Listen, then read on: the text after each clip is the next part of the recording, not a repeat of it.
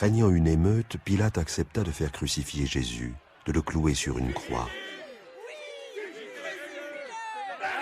Sous la pression de la foule, il fit libérer Barabbas. Comme il donnait l'ordre de crucifier Jésus, Pilate dit « Je suis innocent du sang de cet homme. »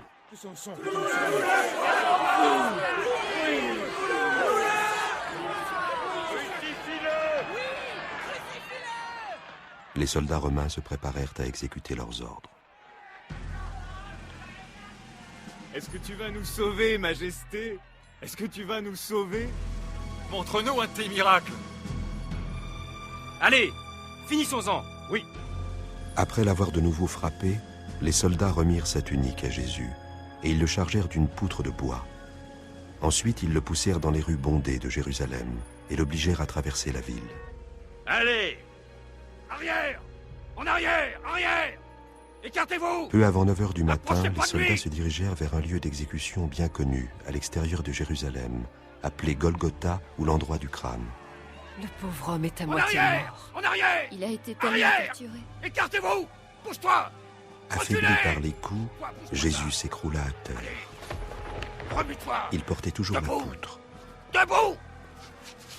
Alors, le capitaine romain chercha dans la foule quelqu'un qui puisse l'aider. Hé, toi! Quel est ton nom? Viens par ici! Je m'appelle Simon de Cyrène. Coupez les cordes! Toi! Porte-la! Allez, avance! Arrière! Arrière! Laisse-le! Allez, dégagez! Pendant que les soldats mettaient la poutre sur le dos de Simon, plusieurs femmes s'approchèrent de Jésus. Nous pleurons pour toi, Seigneur. Bois ceci. Bois. Bois, Seigneur. Femme de Jérusalem, ne pleurez pas pour moi, mais plutôt pour vous-même et pour vos enfants. Car, je vous le dis, si l'on traite ainsi le bois vert, que fera-t-on du bois mort? Que Dieu t'aide. Nous prierons pour toi. Ils arrivèrent enfin au Golgotha, et le supplice commença. Ils enlevèrent sa tunique à Jésus, qui avait été rejoint par 2 criminels. On fixa la poutre sur un poteau pour former une croix. Les soldats y clouèrent Jésus. Allez-y, plus vite. Hissez la croix. Toi, place le piquet. Enlevez les cordes.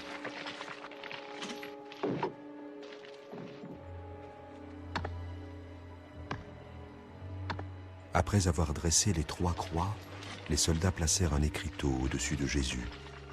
On lisait « Voici le roi des Juifs ». Ensuite, ils attendirent la mort des suppliciés en surveillant la foule. Au bout d'un moment, Jésus parla.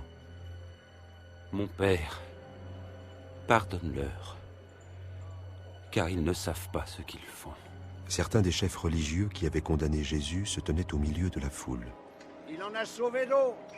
Qu'il se sauve lui-même. » Oui, si tu es le Messie, sauve-toi toi-même et descends de la croix. Montre-nous un de tes miracles. Les soldats, qui n'étaient pas autorisés à quitter leur poste, se distrairent en tirant au sort la tunique de Jésus. Hé, soldats! Voici la tunique d'un mystique. Laissez-la. Ne la déchirez Puis, pas. un soldat lui enfonça dans la bouche une éponge imbibée de vinaigre. Sauve-toi toi-même, si tu es le roi des Juifs. Jésus recracha le vinaigre. Les criminels crucifiés à ses côtés se mirent à parler. N'es-tu pas le Messie? Sauve ta vie. Et sauve-nous. Ne crains-tu pas Dieu? Il reçoit la même sentence que toi. Or lui n'a rien fait de mal. Souviens-toi de moi, Jésus. Quand tu reviendras comme roi. Je te le promets. Aujourd'hui, tu seras au paradis avec moi. Le temps passait. Alors qu'il faisait encore jour, il y eut des ténèbres sur tout le pays. Non loin de là, dans le temple, il y avait un endroit appelé le Saint des Saints. où une fois par an, le grand prêtre allait demander à Dieu le pardon de tous les péchés. L'immense rideau qui fermait ce lieu se déchira par le milieu. Père, entre tes mains, je remets mon esprit. Le capitaine romain avait vu beaucoup d'hommes mourir, mais jamais de la sorte. Louange à Dieu, car certainement cet homme était juste. Les soldats donnèrent un coup de lance dans le flanc de Jésus. De l'eau et du sang s'en échappèrent. Il était bien mort. On laissait parfois les corps sur les croix jusqu'au lendemain, mais pas les jours saints. Joseph d'Arimathie, l'un des chefs religieux qui était contre la condamnation à mort de Jésus, demanda à Pilate s'il pouvait ensevelir le corps. Pilate accepta. Joseph enveloppa le corps de Jésus dans un linceul, le déposa dans une tombe et ferma l'entrée à l'aide d'une énorme pierre. En quittant le tombeau, Joseph remarqua un groupe de femmes. Elles avaient suivi Jésus quand il était en vie et avaient assisté à sa mort. Pardonne-nous, mais nous suivons le corps de notre Seigneur. Vous êtes bienvenus, mais venez, le sabbat va commencer. Une fois qu'elles surent où se trouvait la tombe, les femmes repartirent en ville pour préparer les onguents et les bandes de tissu qui, selon la tradition, serviraient à envelopper le corps de Jésus.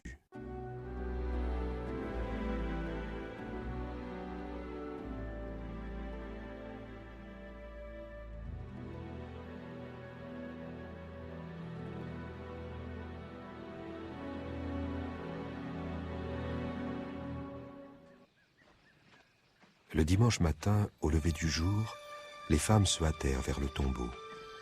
Elles se demandaient comment pousser l'énorme pierre. Elles furent stupéfaites de découvrir que la pierre avait été déplacée et que le corps de Jésus avait disparu. Seul restait sur la pierre le linge qui l'enveloppait. Deux hommes en habits resplendissants apparurent soudain. Les femmes tremblaient de peur lorsque les anges se mirent à leur parler. « Pourquoi cherchez-vous le vivant parmi les morts?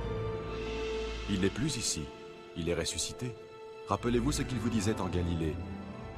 Il faut que le Fils de l'homme soit livré aux mains des pécheurs, qu'il soit crucifié et qu'il ressuscite le troisième jour. » Des souvenirs revinrent à l'esprit des femmes. Souvenirs de tout ce qu'il leur avait appris dans les collines et tout au long de la route.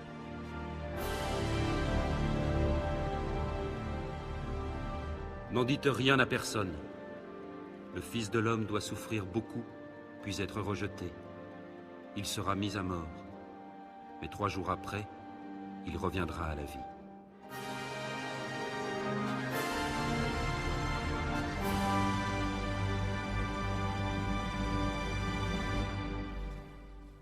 Comprenant soudain, les femmes repartirent en courant vers les 11 apôtres de Jésus. « Écoutez, la pierre était roulée. Nous sommes entrés et il n'y avait plus rien, plus de corps. » « Plus de corps? Comment est-ce possible? » Et 2 hommes nous sont apparus. Des anges tout brillants comme le soleil. Et ils ont dit: « Pourquoi cherchez-vous le vivant parmi les morts?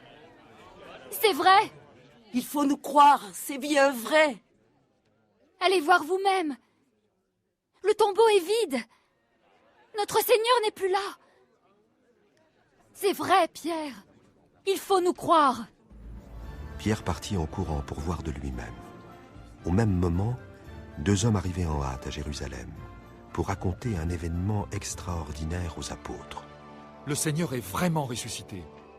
Il est apparu à Simon. Nous l'avons pas reconnu, pas sur la route. Mais quand il a rompu le pain, alors là, oui. À Emmaüs? Il est allé là-bas? La paix soit avec vous. Soudain, Jésus se tenait au milieu d'eux. Aucune porte n'avait été ouverte ou fermée. Pourquoi êtes-vous troublés? Pourquoi les doutes envahissent-ils vos cœurs? Voyez, mes mains et mes pieds. Oui, regardez, c'est bien moi. Touchez-moi, et vous saurez.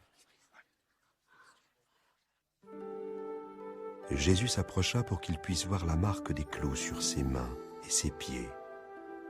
Un apôtre lui donna un morceau de poisson grillé, et il le mangea. Un esprit n'a ni chair ni os, comme vous voyez que j'en ai. Ce sont les choses dont je vous parlais lorsque j'étais encore avec vous. Que tout ce qui était prédit sur moi dans la loi de Moïse, dans les écrits des prophètes et les psaumes devait s'accomplir. C'est ce qui était écrit. Le Messie devait souffrir et ressusciter des morts après 3 jours. Et en son nom, la repentance et le pardon des péchés doivent être prêchés parmi toutes les nations, en commençant par Jérusalem. Vous êtes témoins de ces choses, et je m'en vais envoyer sur vous la promesse de mon Père. Mais vous devez rester dans la ville jusqu'à ce que la puissance d'en haut vienne sur vous. Jésus apparut à plusieurs reprises à différents groupes de disciples, dont une fois à un groupe de 500 personnes. Enfin, 40 jours après sa résurrection, Jésus conduisit ses apôtres dans un jardin sur le mont des Oliviers. Il leva les mains et dit : Que Dieu vous bénisse et vous garde. J'ai reçu les pleins pouvoirs dans le ciel et sur la terre. Allez donc dans le monde entier. Faites des disciples parmi tous les peuples. Baptisez-les au nom du Père, du Fils et du Saint-Esprit. Apprenez-leur à obéir à tout ce que je vous ai prescrit.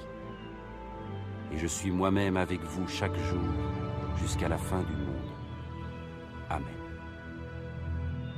Pendant qu'il les bénissait, il s'éloigna d'eux et fut emporté au ciel.